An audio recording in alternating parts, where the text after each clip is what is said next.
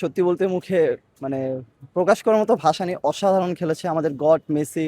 উনি এভাবে হ্যাটট্রিক আমাদের উপহার, উনি বারবারই আমাদের সবসময় উপহার দিয়েই যায়। 22-এ উনি আমাদের ওয়ার্ল্ড কাপ উপহার দিয়েছেন, এবারও একসাথে 3টা গোল দিয়ে হ্যাটট্রিক উপহার দিয়েছেন। আসলে এটা আমাদের জন্য অনেক বড় একটা অর্জন হলো, অনেকের আসলে এটা সহ্য হয় না, বাট আমাদের কাছে এটাই অনেক কিছু। ইনশাল্লাহ সামনের ম্যাচগুলো আমরা ভালোই দেখবো, এটাই আশা করি।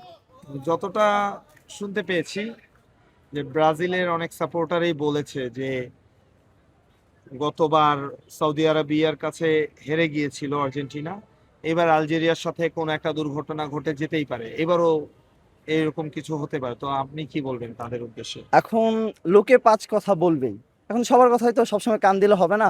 যারা বাপ দাদার জিনিস নিয়ে গর্ব করতে থাকে, নিজেদের কিচ্ছু নেই, এখন তারা বললে তাদের কিছু আসলে আমরা গুনাই ধরি না। তাদের থাকতে পারে 5টা কাপ, যার মধ্যে 3টা জুলেরিমা, 2টা ওয়ার্ল্ড কাপ, ঠিক আছে মানলাম 5টাই।